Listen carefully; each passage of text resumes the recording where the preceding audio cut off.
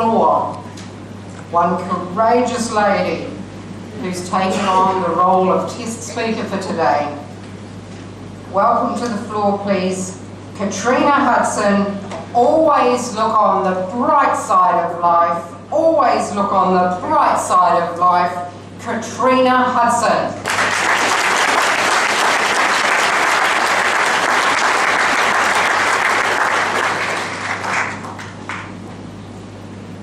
Thank you for those lovely words, Contest Chair Helen. And ladies and gentlemen, I practice my life looking on the bright side of life. If someone pushes past me in the queue, I think to myself, oh, she's got a nice top. Isn't that the bright side?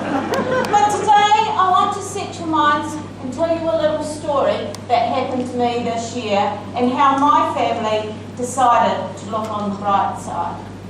On the very last day of last year, David and I were drinking. David is my partner, by the way, and not David Templeman, a different David altogether. We were drinking with friends and we decided that 2015 was going to be a better year for us. Because in 2014, his mother Jan had been diagnosed with leukemia, and Jan is a very important lady in our lives and had always played a big part in our lives and our children's lives. So we were quite saddened by this news, but towards the end of the year, she had rallied and she was looking really good. We went away down south with her in November, and we spent Christmas Day with her and New Year's Day with her. So we went to bed on New Year's Eve, and we felt confident that 2015 was going to be a better year. But on the 3rd of January, we got the call. Jan was in hospital, and on the 4th of January at 9:10 in the morning, she took her last breath and she left this world. It was a difficult day, to say the least.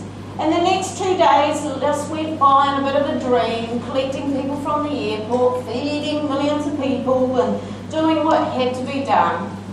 And then on the Wednesday morning, I said to my daughter, I think we should go and visit my own mother. Now, my own mother's quite a different kettle of fish. She'd been institutionalised for over a dozen years and really never played a part in my life ever. But she was an excellent grandmother, so I had a duty of care to her. So I arrived at the home on the Wednesday, was getting out of the car, and I get a phone call. You best come to the home because your mother's not well. And I said, well, I'm in the car park, so I'll be there in 2 minutes. So and I tootled into the home, and sure enough, my mother wasn't well, and they put her in an ambulance and they took her off to hospital. I spent all day with her, and we came back to the home about 5:30. They sort of said to me that her body was breaking down and it could be any weeks, months, like that. And I said, oh, okay. And I said to her, Mum, not this week. I'm a bit busy. And so, 10 o'clock that night, she took her last breath and died. So I'm in the van with my husband, we're travelling on the back from the farm to our home at 10 o'clock on the Wednesday night, and I get this phone call. And it was this. Joan, deceased at 10. And I thought to myself, oh man, my mother, Coral, died at 10. Yes, your mother. I said, jolly good, do you want me to come to the home now? No, you come at 8 in the morning. So I drove off with David, and I thought, no, I think he's told me my mother's died, David. And so we stopped and we made a lot of phone calls, and then we continued home. So needless to say, I didn't get much sleep Wednesday night, and I was back at the home at 8 o'clock in the morning. I rang an undertaker, and that was my very first mistake of the week. I rang the wrong one.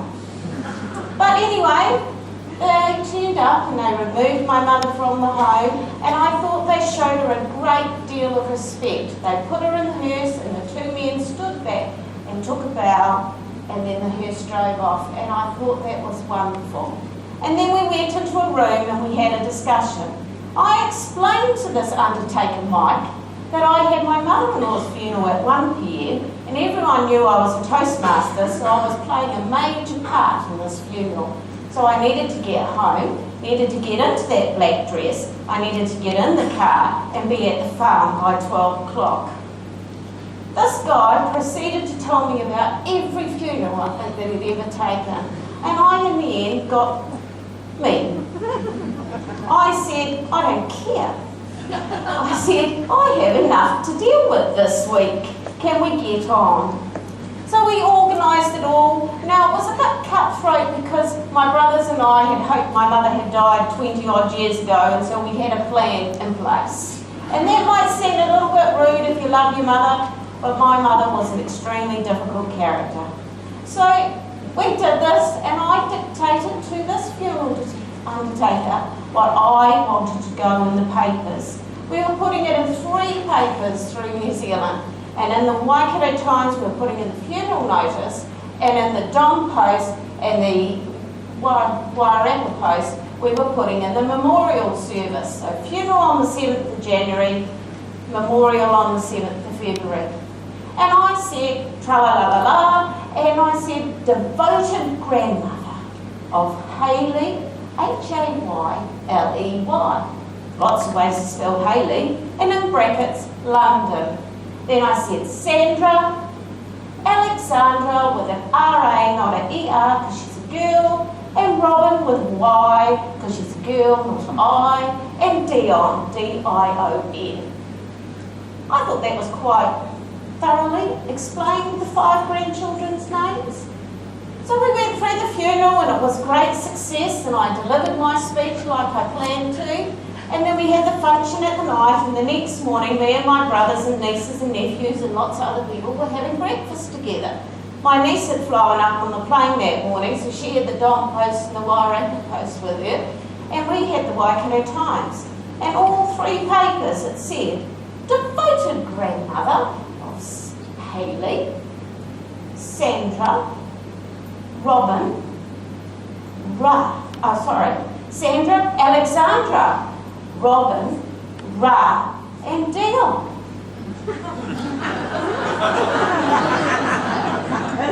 I mucked that up a bit, so I'm just going to do it again.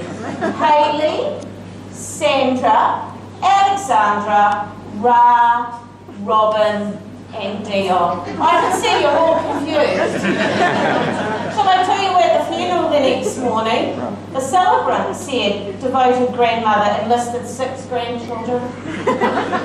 I'll tell you a little secret. My mother nagged me and my brothers endlessly about having more grandchildren. So, in my mother's death, she gained a grandchild. What could be brighter than that?